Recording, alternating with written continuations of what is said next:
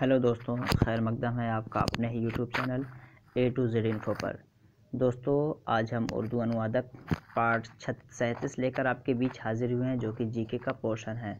तो अभी तक टोटल मेरे 36 पार्ट हो चुके हैं। आज जो मेरा है वो आपका 37 है। इसमें हम जीके के क्वेश्चंस देखेंगे, क्योंकि उर्दू अनुवादक का जो पेपर है उसमें आपको जीके के भी क्वेश्चंस हैं, तो जो कि गालिबा 10 से 12 क्वेश्चंस में भी हो सकते हैं। तो क्यों ना हम 10 से 12 क्वेश्चंस अगर हमारे बच रहे हैं तो बचा ले, चूँकि आपके सिलेक्शन के लिए एक एक नंबर भी बहुत इंपॉर्टेंट होता है। तो इसी वजह से मैंने उर्दू अनुवादक क्वेश्चन सीरीज़ हमने एक चलाया है, जिसमें मैं उर्दू अनुवादक के उर्दू, हिंदी, इंग्लिश के क्वेश्चंस के साथ साथ उर्दू क़वायद में तज़कीर व तानीस, वाहिद, जमा या फिर इंग्लिश के पोर्शंस को दाखिल किया हूँ, जिसमें अच्छे क्वेश्चंस हैं और आपके एग्ज़ाम के पैटर्न के हैं। साथ ही साथ मैंने जीके का भी क्वेश्चन शुरू कर दिया ताकि आपके 10-12 क्वेश्चन वो बच जाए। तो चलिए क्वेश्चन देखते हैं। क्वेश्चन नंबर 1 में क्या कहता है, फीफा किस खेल से मुताल्लिक है। फीफा कप किस खेल से मुताल्लिक है, ये आपको ये बताना है कि फीफा कप जो होता है वो किस खेल से मुताल्लिक है, और ये जीके के क्वेश्चन है। तो दोस्तों,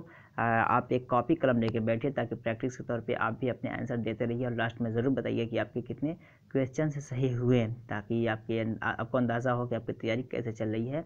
और कमेंट करके ज़रूर बताइएगा कि कितने सही हुए। फीफा किस खेल से मुताल्लिक है, फुटबॉल, क्रिकेट, हॉकी, गोल्फ। तो दोस्तों, आप वीडियो को रोक करके अपना आंसर दे सकते हैं। तो दोस्तों, फीफा जो है ये आपका किससे रिलेटेड है, फुटबॉल से। किससे दोस्तों, फुटबॉल से। तो फीफा कप आपका फुटबॉल से रिलेटेड है। फुटबॉल प्लेयर्स के विनर को फीफा कप दिया जाता है। तो फीफा कप किस पे दिया जाता है, फुटबॉल के प्लेयर्स को। क्रिकेट, हॉकी, गोल्फ से रिलेटेड भी आप अपना इंफॉर्मेशन रखिए, ताकि इसके हवाले से अगर आए तो आपको इसका जवाब मिल सके। नेक्स्ट देखते हैं सवाल नंबर 2।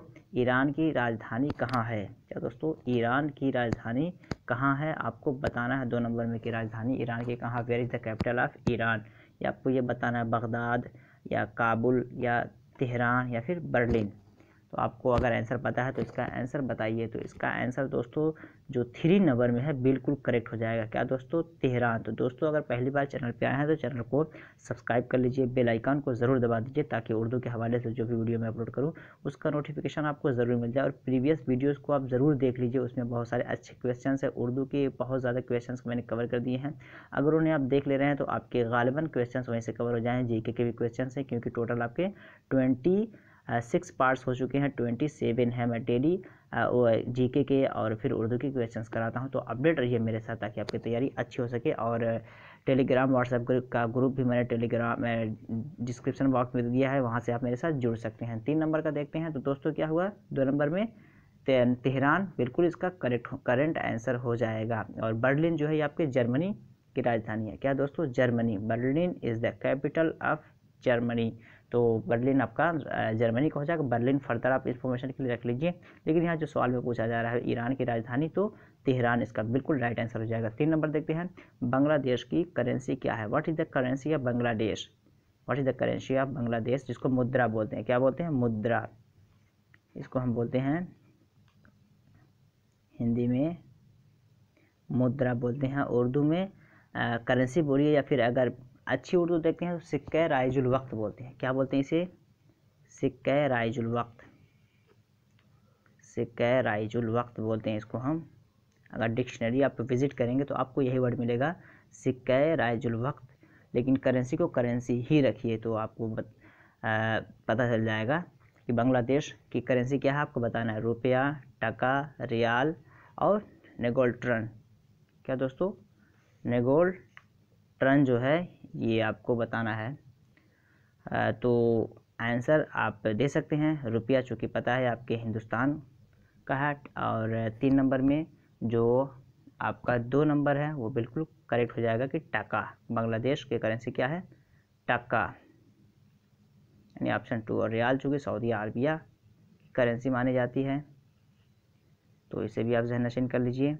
नेगोल्ट्रन जो है ये आपका भूटान का है। कहाँ का है, भूटान का ये माना जाता है आपका। नेक्स्ट देखते हैं सवाल नंबर 4 देखते हैं। जापान के पार्लियामेंट का क्या नाम है। जापान के पार्लियामेंट का क्या नाम है, क्योंकि जितने ममालिक हैं उन तमाम ममालिक में पार्लियामेंट के अलग अलग नाम हैं। हिंदुस्तान का संसद है तो ज़रूरी नहीं कि हर मुल्क का संसद हो। तो जापान के पार्लियामेंट का क्या नाम है आपको बताना है, डाइट, शूरा, मजलिस, कांग्रेस। तो मैंने प्रीवियस वीडियोस में कुछ में इसमें से कुछ के जिक्र कर चुका हूं, तो आप उन वीडियोस को देखिए ताकि आपको डिटेल इन तमाम के बारे में पता चले। लेकिन जापान के बारे में वहां जिक्र नहीं किया हूं, इस वजह से मैं ये सवाल यहाँ लेकर आया हूँ। सवाल नंबर 4 में ऑप्शन 1 बिल्कुल करेक्ट हो जाएगा। क्या दोस्तों? डाइट। जापान के पार्लियामेंट का नाम क्या है? डाइट। शूरा, मजलिस के बारे में वहाँ जिक्र है।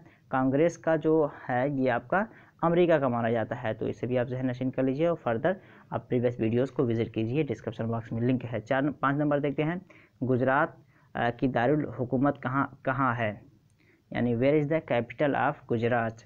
आपको ये बताना है। गुजरात के कैपिटल के बारे में पूछा जाता है, राजधानी कह सकते हैं, पूछा जा रहा है कि कहाँ पे है, आपको ये बताना है। तो देखते हैं, ऑप्शन देख लेते हैं। पनाजी है, पटना है, गांधीनगर फिर या चंडीगढ़। पनाजी, पटना, गांधीनगर, चंडीगढ़। तो दोस्तों अगर इसका आंसर आपको पता है तो आप अपने कॉपी में इसका आंसर टिक कर सकते हैं। तो पहले मैं बार बार कहता हूँ कि अगर आप आंसर दे रहे हैं तो आंसर देने के 2 तरीके होते हैं, या तो आपको डायरेक्ट उसका आंसर पता हो, अगर आंसर पता नहीं हो रहा है तो एलिमिनेशन मेथड होता है। क्या एलिमिनेशन मेथड? ये है कि पहले हम देख लेंगे पनाजी कहाँ की राजधानी है। तो पनाजी आपका जो है ये गोवा की राजधानी है। कहाँ की दोस्तों? गोवा की राजधानी। तो ये आपका एक निकल जाएगा। अब आपको 3 से फाइट करना है।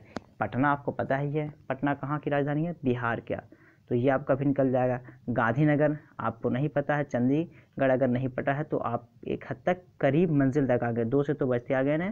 तो सवाल नंबर 5 का ऑप्शन 3 बिल्कुल करेक्ट हो जाएगा। क्या? गांधीनगर। गुजरात की राजधानी दारुल हुकूमत क्या है? गांधीनगर। चंडीगढ़ चूँकि पंजाब और हरियाणा का राजधानी है तो ये ना होगा, ये भी निकल जाएगा आपका। तो गांधीनगर बिल्कुल इसका राइट आंसर हो जाएगा। सवाल नंबर 5 का ऑप्शन 3 बिल्कुल राइट है। 6 नंबर देखते हैं, बिहार के गवर्नर कौन है? बिहार के गवर्नर कौन है?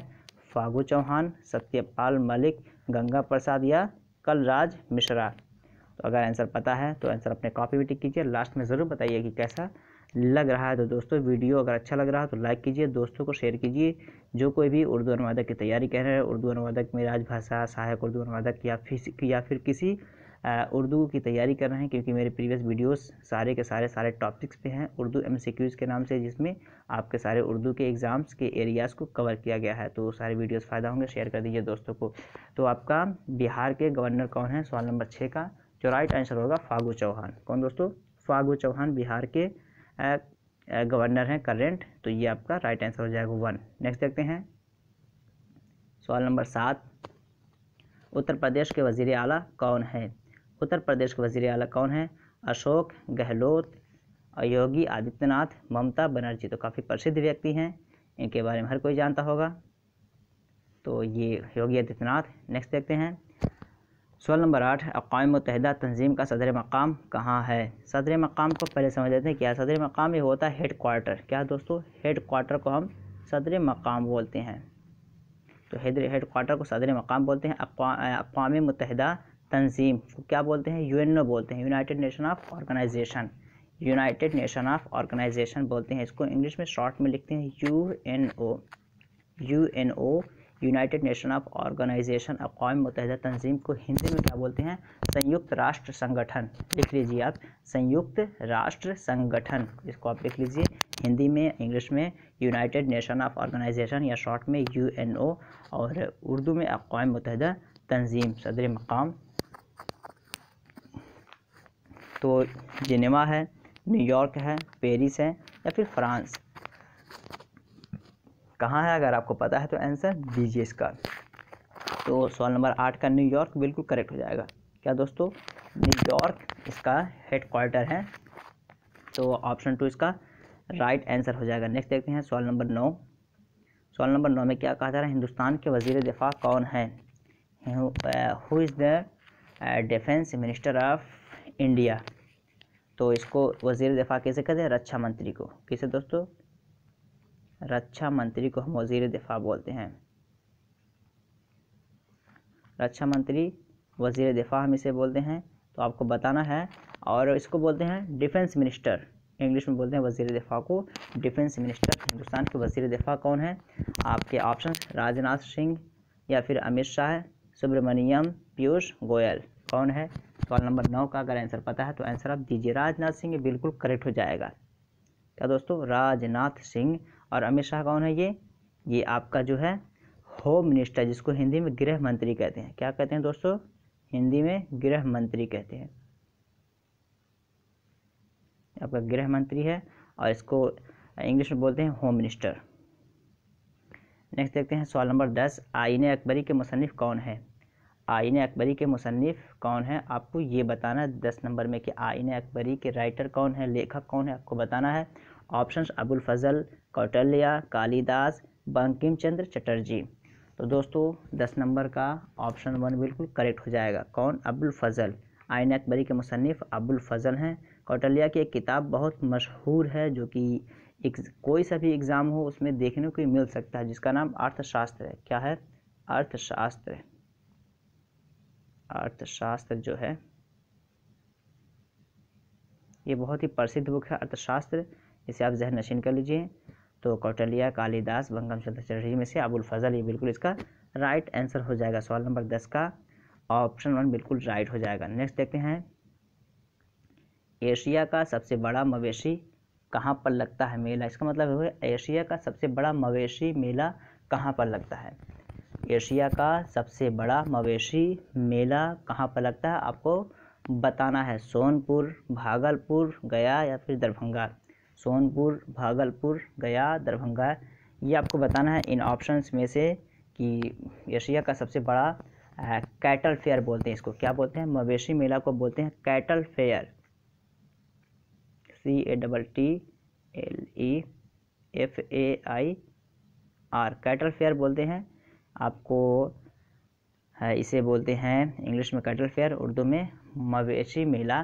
तो सवाल नंबर 11 का जो आपका राइट ऑप्शन होगा वो ऑप्शन 1 बिल्कुल करेक्ट हो जाएगा। कहाँ पे? सोनपुर में। एशिया का सबसे बड़ा मवेशी मेला आपका कहाँ लगता है? सोनपुर में लगता है। तो ऑप्शन 1 इसका बिल्कुल राइट हो जाएगा। नेक्स्ट देखते हैं सवाल नंबर 12। सवाल नंबर 12 में क्या कहा जा रहा है? मौर्य सल्तनत का बानी कौन है? Maurya dynasty was founded by, कह सकते हैं इसको इंग्लिश में इस तरह कि मौर्य सल्तनत का बानी कौन है। अगर इस तरह लिखेंगे तो यहाँ पे क्वेश्चन मार्क लग जाएगा कि मौर्य सल्तनत का बानी कौन है? चंद्रगुप्ता, अशोका या भीमबेसारा, कोई नहीं। आपको अगर आंसर पता है तो अपने कॉपी में टिक कीजिए और सेशन अगर अच्छा लग रहा है तो लाइक कीजिए, कमेंट करके बताइए ज़रूर कि कैसा लग रहा है, क्या कंटिन्यू करने की ज़रूरत है या नहीं, या ये सेशन आपको कंटिन्यू चाहिए। तो सवाल नंबर 12 का भी आपका आंसर 1 बिल्कुल करेक्ट हो जाएगा। क्या दोस्तों? चंद्रगुप्ता। चंद्रगुप्ता मौर्य सल्तनत का बानी कह सकते हैं या वाज फाउंडेड बाई चंद्रगुप्ता हम कह सकते हैं। तो 1 इसका बिल्कुल करेक्ट हो जाएगा। नेक्स्ट देखते हैं 13 नंबर। सवाल नंबर 13 में क्या कहा है? चंपारण आंदोलन किसके खिलाफ हुआ था? चंपारण आंदोलन जो हुआ था बिहार में, किस चीज़ के खिलाफ हुआ था या किस चीज़ को लेकर के ये हुआ था? आपका नील खेती, जिसको इंडिगो फार्मिंग कहते हैं, अफ्यून या फिर अप्यूम, अप्यूम OPIUM, ओपियम एक तरह का ये कह सकते हैं कि ड्रग्स के किस में है? ड्रग्स, DRU, एडिक्टेड जो लोग होते हैं अफीम वगैरह लेते हैं। नील खेती को बोलते हैं इंडिगो फार्मिंग। क्या बोलते हैं? Indigo farming, INDI, Indigo farming, INDIGOFARMING। तो साल्ट सत्याग्रह जो हुआ था वो आपका किस लिए हुआ था? वो आपका नमक आंदोलन जो था, साल्ट नमक के हवाले से हुआ था। इंडिगो जो था ये अंग्रेज़ हिंदुस्तानियों से जबरन करवाते थे, करवा के इसे अपने मुल्क ले आते थे। इससे क्या नुकसान क्या होता था कि वहाँ की जो ज़मीन होती थी वो बैरन हो जाती थी, जिसको हम बंजर बोलते हैं। क्या बोलते हैं? बैरन, BARREN। वो ज़मीन फर्टाइल नहीं रह जाती या फिर ज़रखेज़ी उसके अंदर से ख़त्म हो जाती है। ज़रखेज़ी नहीं रह जाती, उसके अंदर ज़रखेज़ी ख़त्म हो जाती है, तो वो ज़मीन बैरान हो जाती, बैरन हो जाती। इसी वजह से नील की खेती के हवाले से चंपारण आंदोलन हुआ था। तो ऑप्शन 1 इसका बिल्कुल करेक्ट हो जाएगा। ऑप्शन 1 बिल्कुल करेक्ट हो जाएगा। नेक्स्ट देखते हैं सवाल नंबर 14। मिथिला पेंटिंग को और किस नाम से जाना जाता है? मिथिला की जो पेंटिंग है उसको और किस नाम के नाम से जाना जाता है? मधुबनी या अपनयामन या फिर कोई नहीं, किस नाम से जाना जाता है दोस्तों? दोस्तों उसको मिथिला पेंटिंग को मधुबनी पेंटिंग के नाम से भी जाना जाता है। किससे? मधुबनी पेंटिंग के नाम से भी जाना जाता है। ऑप्शन 1 इसका बिल्कुल करेक्ट हो जाएगा। नेक्स्ट देखते हैं सवाल नंबर 15। सवाल नंबर 15 में क्या कहा जा रहा है? उस्ताद बिस्मिल्लाह खान किस चीज़ के लिए मशहूर हैं? उस्ताद बिस्मिल्लाह खान किस चीज़ के लिए मशहूर हैं? चूँकि ये एक तरह के कह सकते सेलिब्रिटी हैं, ये CELEBRATY,